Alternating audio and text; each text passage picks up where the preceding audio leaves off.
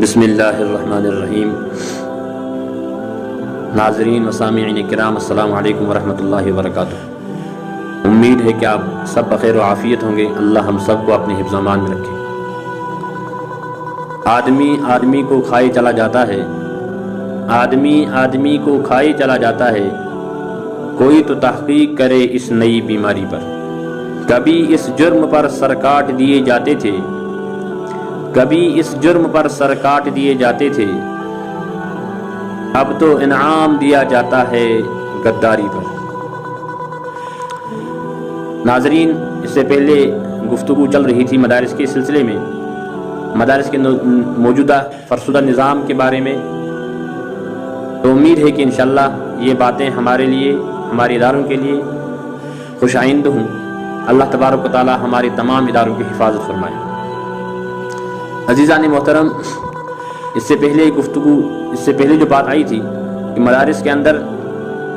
طلباء کی صلاحیت اور قابلیت کے لحاظ سے درجہ بندی قطعاً نہیں کی جاتی ہے۔ ایک تو یہ بات کہ صلاحیت اور قابلیت کو دیکھ کر درجہ بندی نہیں کی گئی، اور ہر کس و ناقص کو ناظرہ کے بعد حفظ کے بعد عربی درجات دیے گئے، اگرچہ وہ حافظ مکمل نہیں،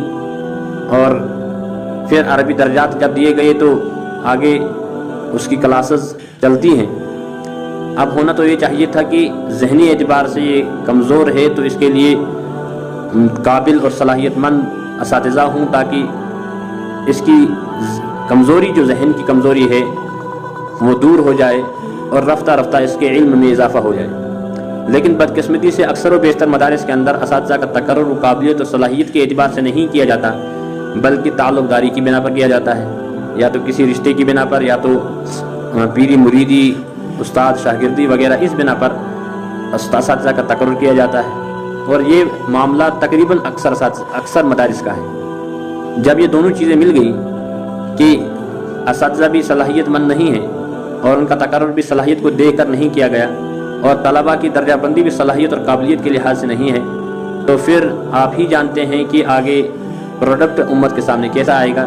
نتیجہ امت کے سامنے کیسا آئے گا۔ بہرحال یہ طالب علم جب آگے چل کر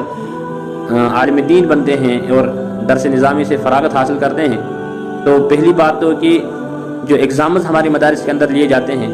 ان کا کوئی ویلیو نہیں ہوتا ہے۔ اب آپ شاید یہ اعتراض کریں گے کہ ہمارے یہاں موجودہ رابطہ مدارس کا نظام ہے، تو میں ادباً ایک بات عرض کروں کہ جب سے رابطہ مدارس کا وجود کشمیر کے اندر ہوا ہے،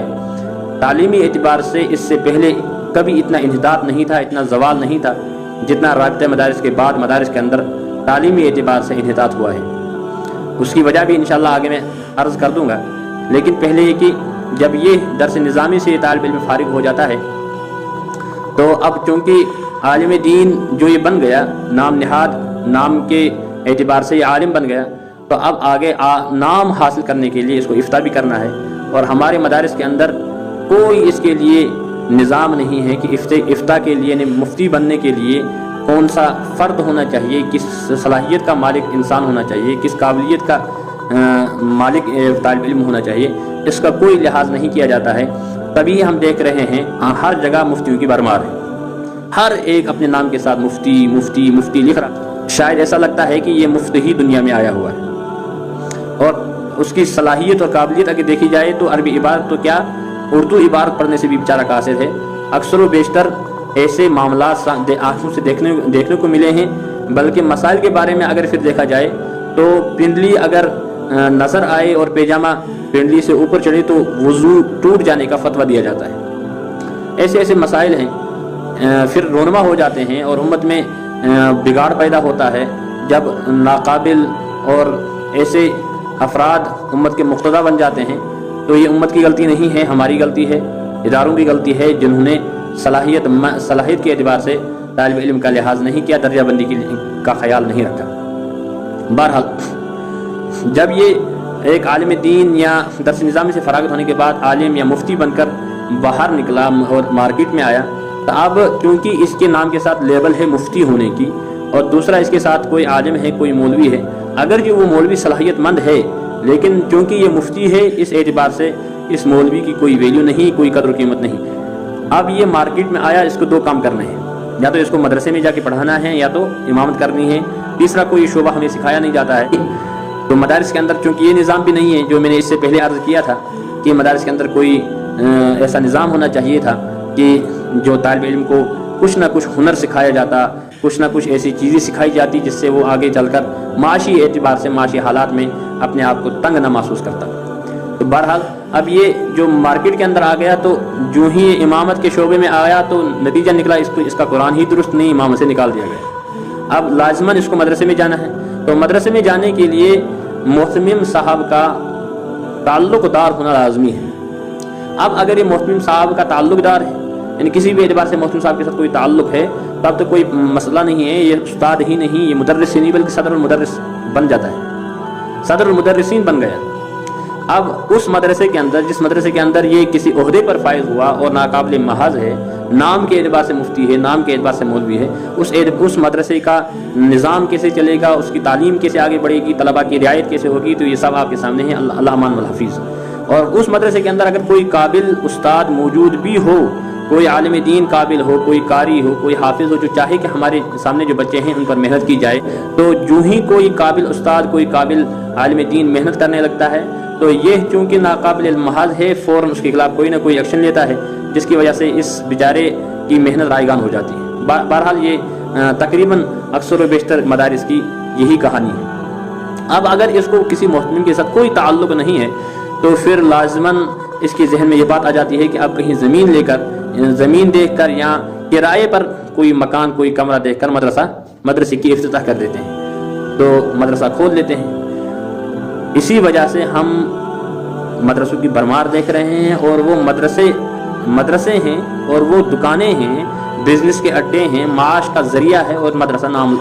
سامنے مدرسے کا نام لگا ہوا ہے۔ شراب کی بوتل پر روح افزا کی لیبل لگی ہوئی ہے، اللہ حفاظت کرے۔ اندر تو معاش کا دھندا چل رہا ہے، اندر تو دھاندلی ہو رہی ہے، اور باہر مدرسے کا بورڈ لگا ہے، دارالیتامہ والمساکین، مدرسہ فلانیہ فلانیہ فلانیہ وغیرہ وغیرہ۔ تو یہ تمام چیزیں اس وجہ سے ہے کہ اس نے اس پر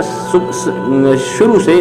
صحیح اس کی تربیت نہیں ہوئی، اس کی صلاحیت کا لحاظ نہیں کیا گیا، اس کے معاشی جو معاملات ہیں اس اعتبار سے اس کی تربیت نہیں ہوئی۔ یہ تمام معاملات اسی وجہ سے ہمارے سامنے آئے، اور اس کے ذمہ دار یہ تو کم ہے، لیکن اس سے زیادہ اس کے ذمہ دار وہ محتمم ہے جس کے مدرسے سے یہ فارغ ہوا۔ اب بہرحال جب اس نے مدرسہ کھول لیا، اب اس مدرسے سے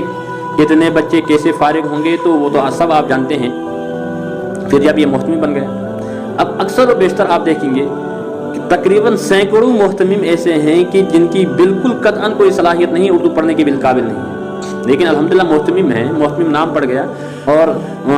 جب وہ کسی مجلس میں جاتے ہیں ان کے لیے جگہ خالی کی جاتی ہے بات کرنے کی، اگر ان کے پاس کوئی صلاحیت نہیں ہے لیکن محتمم نام ہے۔ نبی رحمت صلی اللہ علیہ وسلم نے فرمایا، بخاری شریف کی روایت ہے، حضرت ابو ہریرہ رضی اللہ تعالیٰ عنہ روایت کرتے ہیں کہ ایک اعرابی آیا اور اس نے نبی رحمت صلی اللہ علیہ وسلم کی خدمت میں عرض کیا، یا رسول اللہ صلی اللہ علیہ وسلم متی الساعہ، قیامت کب آئے گی؟ نبی رحمت صلی اللہ علیہ وسلم نے فرمایا، اذا ضیعت الامانہ، جب امانت کو ضائع کیا جائے۔ پھر اس اعرابی نے واپس عرض کیا، رسول اللہ صلی اللہ علیہ وسلم اس سے کیا مطلب؟ تو نبی رحمت صلی اللہ علیہ وسلم نے فرمایا، اذا وسد الامر الى غیر اہلہ فانتظر الساعہ، کہ جب معاملہ کسی نااہل کو سپرد کیا جائے تو سمجھے قیامت ہے۔ اس نظام پر قیامت آ گئی کہ جس نظام کو نااہل کے سپرد کر دیا گیا، مدرسے کو نااہل محتمم کے سپرد کر دیا گیا، سمجھو کہ یہ مدرسہ ختم۔ اور اسی وجہ سے ہم دیکھ رہے ہیں کہ مدارس کا نظام جو ہے اس وقت درہم برہم ہو رہا ہے، اکثر و بیشتر نااہل مدرسے کے محتمم بنے ہوئے ہیں۔ اب چونکہ یہ معاش کا ذریعہ اسے مدرسہ کھولا، لہذا اس کو تعلیم کی طرف کوئی رجحان، کوئی توجہ نہیں ہوگی، لازماً اس کو کس کی طرف توجہ ہوگی؟ چندہ کس طرح آئے، دھندا کس طرح چلے، ان تمام چیزوں کی طرف توجہ ہوگی۔ اور اگر آپ دورہ کریں، مجھے معاف کریں، یہ بات کہنے میں اگرچہ ہچکچاہٹ ہوتی ہے، لیکن امانت کے طور پر آپ تک پہنچا رہا ہوں کہ اگر آپ مدارس کا دورہ کریں، خدا کی قسم اکثر و بیشتر ایسے مدارس ملیں گے آپ کو کہ جن مدارس کے اندر تعلیم سے زیادہ اور قرآن پڑھانے سے زیادہ حرام خوری ہو رہی ہے، امت کے پیسوں کا کوئی لحاظ نہیں کیا جاتا ہے۔ اور اگر کوئی قابل استاد اسے مدرسے کے اندر آیا بھی تو اس کو ایسا ٹارچر کیا جاتا ہے، وہ نکلنے پر مجبور ہو جاتا ہے۔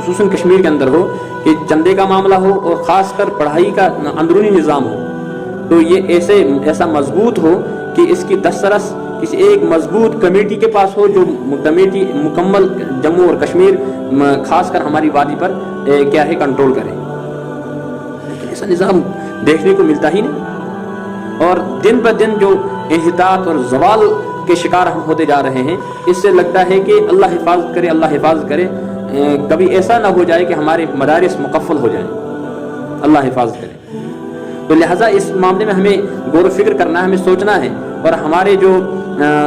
محتمم حضرات ہیں، اربع مدارس ہیں، وہ جاگیردارانہ قبضہ مدرسوں پر نہ کریں. مدارس کسی کی جاگیر نہیں ہے، مدارس کسی کی پراپرٹی نہیں ہے، مدارس امت مسلمہ کی جاگیر ہے، وقف ہے امت مسلمہ کے لیے. یہ ہر امت کی پراپرٹی ہے. یہاں ایسا نظام ہو جس سے امت کو فائدہ ملے، کسی خاص فرد کو مالی اعتبار سے ہی بس فائدہ ملے، یہ قطعاً مدارس اس لیے نہیں ہے. لہذا جتنے بھی محتمم حضرات ہیں، چاہے بڑے ہوں یا چھوٹے ہوں، میں ان سب سے عرض کرتا ہوں، مدارس کو اپنی جاگیر نہ بنائیں، اپنے بیٹوں کی پراپرٹی نہ بنائیں، اپنے بچوں کے لیے خاص اس کو. اب تو یہ بھی ہو رہا ہے کہ اب کوئی محتمم اگر کسی جگہ محتمم ہے تو ایک بچے کو اس میں ایڈجسٹ کر لیا، دوسرے بچے کے لیے دوسرا ادارہ بنا لیا، تیسرے بچے کے لیے تیسرا ادارہ بنا لیا، تو یہ ایک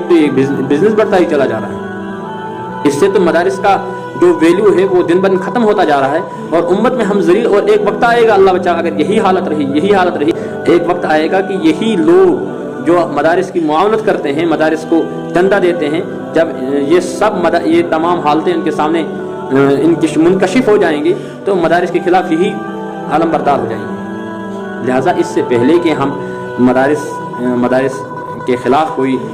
تنظیم کھڑا ہو جائے، مدارس کے خلاف کوئی اور مدارس پر کوئی انگلی اٹھائے، اس سے پہلے ہم لازماً اس بارے میں غور و فکر کریں، ہمارے اکابر سامنے آ جائیں. ہمارے الحمدللہ بہت سارے علماء ہیں ہمارے کشمیر کے اندر، ذی استعداد علماء ہیں، مفتیان کرام ہیں، بڑے بڑے ہمارے سر کے تاج ہیں. اللہ ان کی زندگیوں میں عمر میں برکت عطا فرمائے، ان کے علم میں برکت عطا فرمائے. ان سے ادباً گزارش ہے وہ اس معاملے میں سنجیدگی کے ساتھ فیصلہ لیں، اور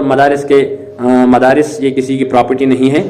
اس کے بارے میں کچھ غور و فکر کے ساتھ کوئی ایسا فیصلہ لے تاکہ نظام صحیح چلے، خاص کر اندرونی تعلیم کا نظام صحیح ہو، چندے کا نظام صحیح ہو. تو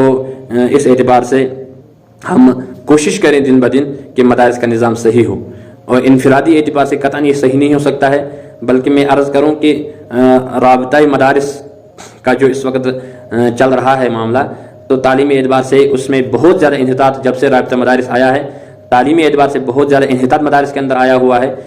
کسی مدرسے کے اندر اکثر و بیشتر تعلیم بالکل بھی نہیں ہے. وہ سب چیزیں آپ کے سامنے ہیں. اللہ ہم سب کی حفاظت فرمائے، ہمارے اداروں کی حفاظت فرمائے. السلام علیکم ورحمۃ اللہ وبرکاتہ.